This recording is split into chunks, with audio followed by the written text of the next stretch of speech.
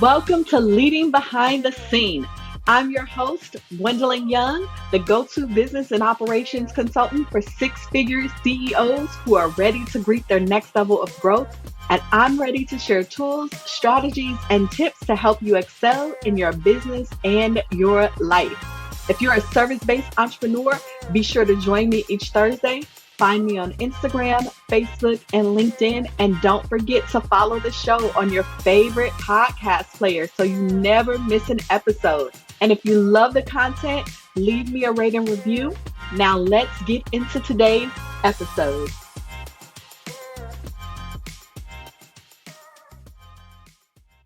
Hey, beautiful people. This month, I want to talk about business boundaries. When to say yes and how to say no to create a healthier relationship with your business.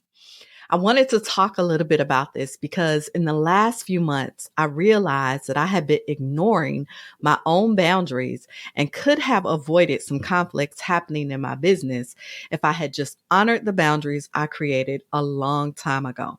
So let me remind all of you amazing entrepreneurs that you created your business boundaries for a reason.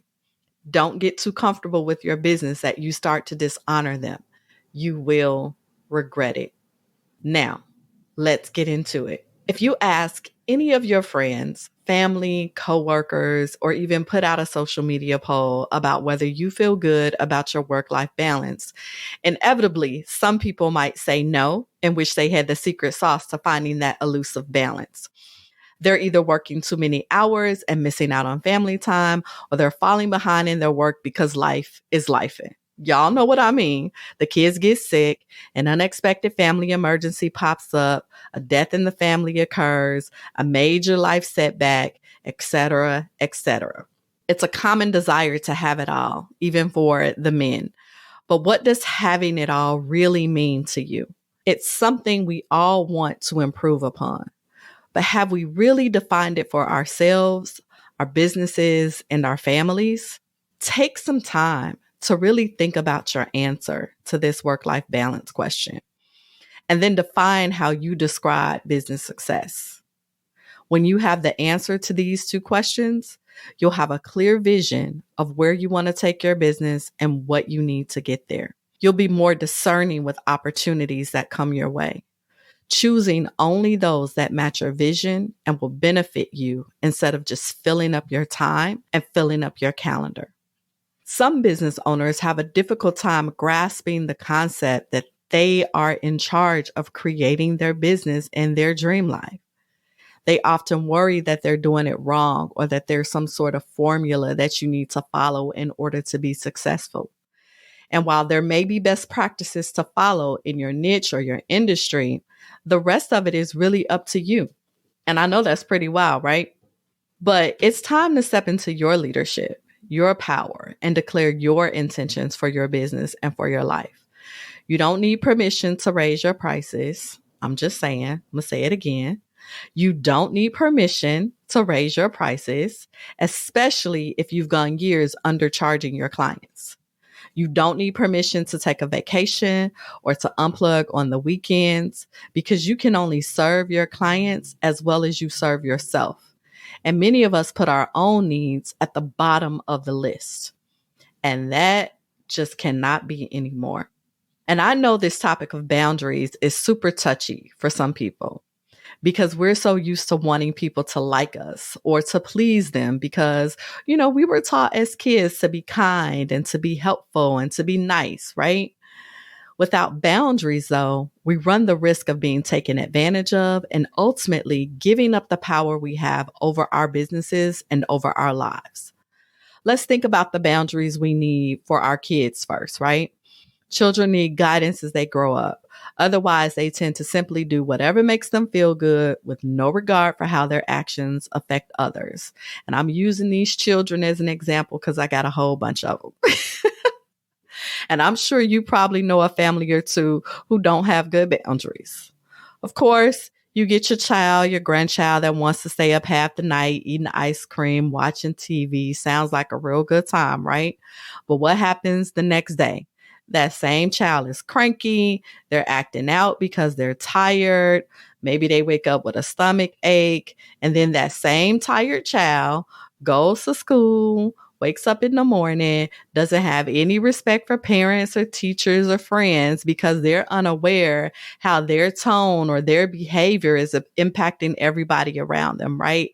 And so all of this disharmony, simply because they didn't have a boundary, AKA their bedtime, now their entire day is shot and probably everybody else's that comes in contact with them.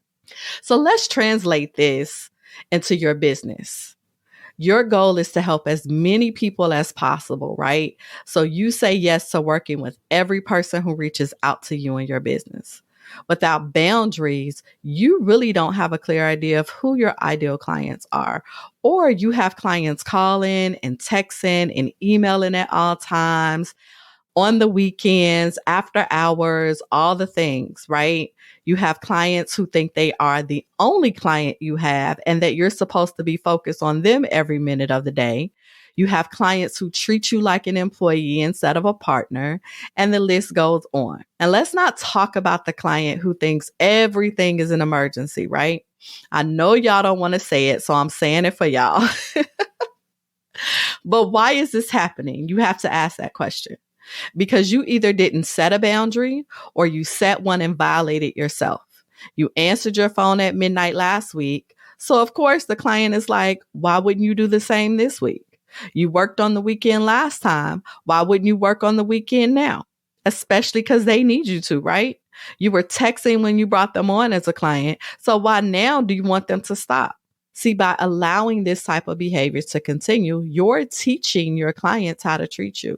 You're affirming their belief that you enjoy being woken up at all hours to keep them happy and to help them with their problems, when in reality, you'd prefer to just do it during business hours. The middle of the night and weekend calls disrupt your personal and family time, making you upset, you resentful, you bitter, and then your family starts to feel the same way. Soon you start to wonder how to rectify the situation, and you worry about losing the client simply because you didn't set a boundary, a simple boundary like when you would be available, when you would accept calls, and how you work. Start asking some of your business peers about their client experiences, and I'm sure you'll probably hear a dozen of stories similar.